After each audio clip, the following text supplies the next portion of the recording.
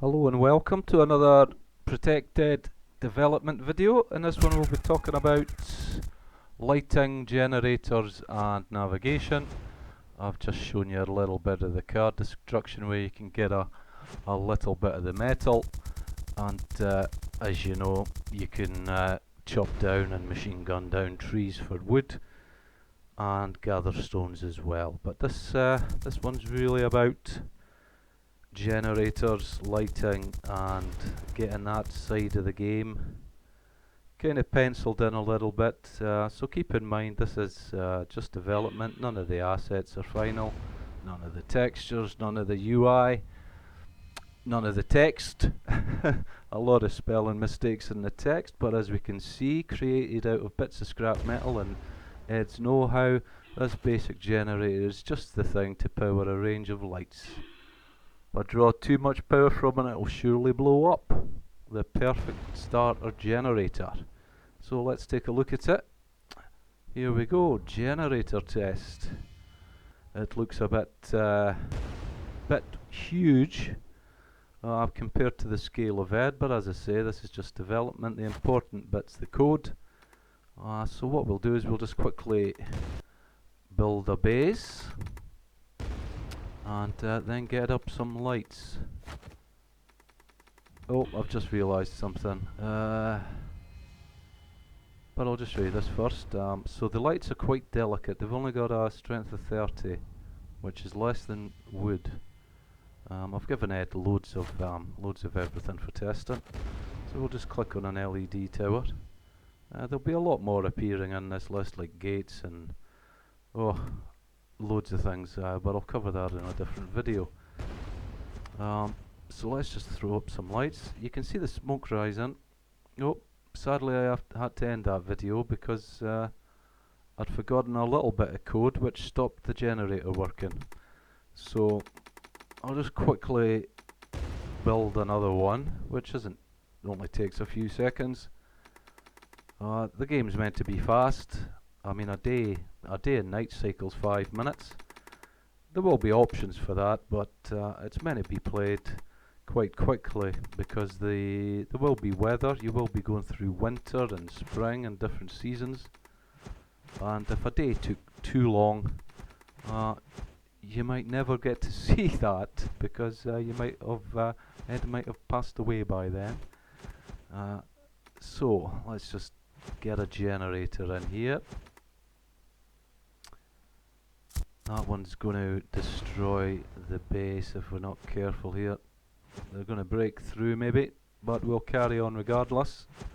So let's get this generator in. There we go. It's quite delicate as well. Now, it's not got any indication of how much fuel's in it at the moment, but that'll be added later. The really important bit just now was getting the generator to find the lights or other electrical appliances that are within range of it, and that's all now working. So let's just put up some of these fluorescent tubes which are quite handy, and now let's turn the lights on. We need to switch the generator on, but let's just make sure nobody breaks in first. There we go. Yes, I know the civilians are not too happy about all the chaos, but still convinced democracy will prevail. So let's turn this generator on. And there you go. You can see it's found the lights, and it's connected a wee power cord to that light there. It's going to do that for all the electrical appliances it finds. It'll look a lot more like a wire though further through development. Just now it's a red line, and if we switch it off, all the lights go off, and if we switch it back on again, let's switch it back on again, there we go, and all the lights will slowly come back on again. Now if an electrical appliance is outside the range of the generator won't affect it. You can salvage the generator. You can pick it up and move it. It's quite a costly item. Just now I've penciled it in for 10 scrap metal, which might not sound a lot, but when you start with no metal, that's going to be quite a bit. What I'm showing you here is just a range of different navigation indicators that are going to be added. This will be for teammate AI and missions, just to give you an idea of where to go and where you've sent one of your teammates or all of your squad. There's a range of them being slowly finalised. As you can see, we've got an arrow which gives you just the rough direction. We've got a broken line, which tells you the direction as well.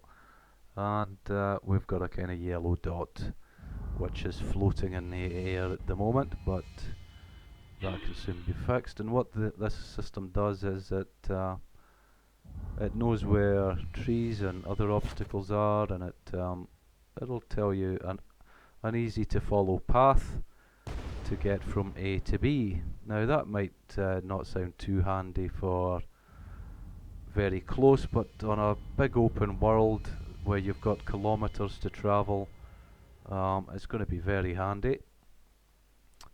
Another feature that will be added is a compass. That's not been added yet because it's not that essential at the moment. It's not really part of the game's core. But as you can see, it's all looking very nice, and it's running along quite happily at about 60 frames a second still. So Epic do state we can have quite a lot of lights in Unreal Engine 4. We'll just have to see how that pans out. They do mention numbers like 1,000 and things like that, but I'm not 100% sure if we'll get that many. But that'll be determined a bit later through once more of the game features are added. And what we'll do now is go off and try and find some weapons, because the weapons are spawning in now.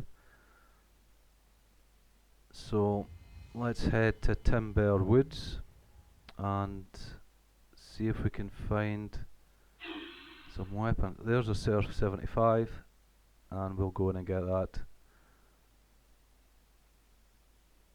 There's something else in here as well, so let's just get in, shut the door, make sure no fugitives follow us in, and switch the lights on. That's better. Get the torch off. So we can see that a weapon's going to have damage.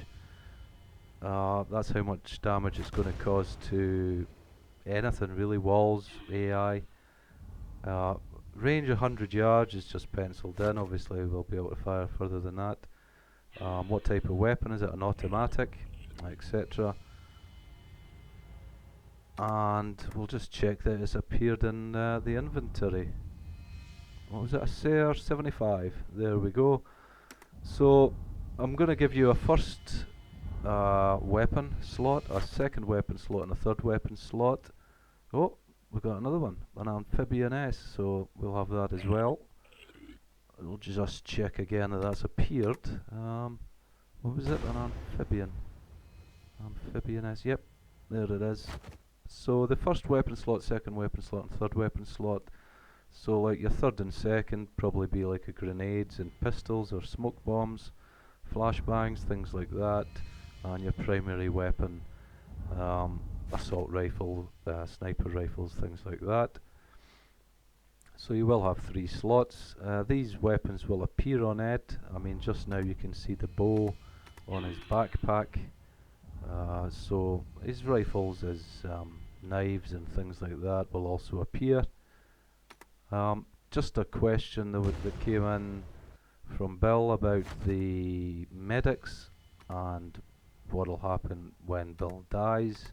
Well, if he gets knocked out, the first thing that'll happen is he won't instantly die.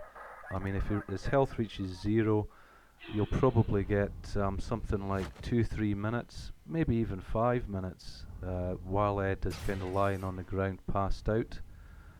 for you to be able to control other teammates to try and reach Ed and revive him. A little bit more's been done with the selection of the AI so that you can pick individual squad members and control them individually. Just now you can only control them all as a group, but you will be able to control them individually. That's Pete. I'm just trying to get him to chase and shoot that guy. He did try.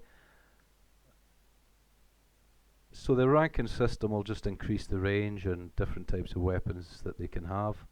I do hope to give each AI its own kind of backpack and inventory so that you can chop and change loadouts between each of them. Each one will probably have a speciality, if you like. So 2 of the 16 will be medics. That leaves another 14. Perhaps one of them will be a specialist in demolition, another able to go out by themselves as a sniper or a hunter and gather resources, things like that. Just little differences that makes each squad member slightly different and of a different use to Ed. But there'll be more videos coming soon, and if you have any questions, just post them in the comments or on the Google Plus community, and I will get round to answering them. Okay, I hope you enjoy, and this is the 8th of February 2017, so hopefully the first dev build release will be out by next month, and that'll give you a chance to play the game up to this point and hopefully provide me some feedback. Okay, until the next time, bye for now.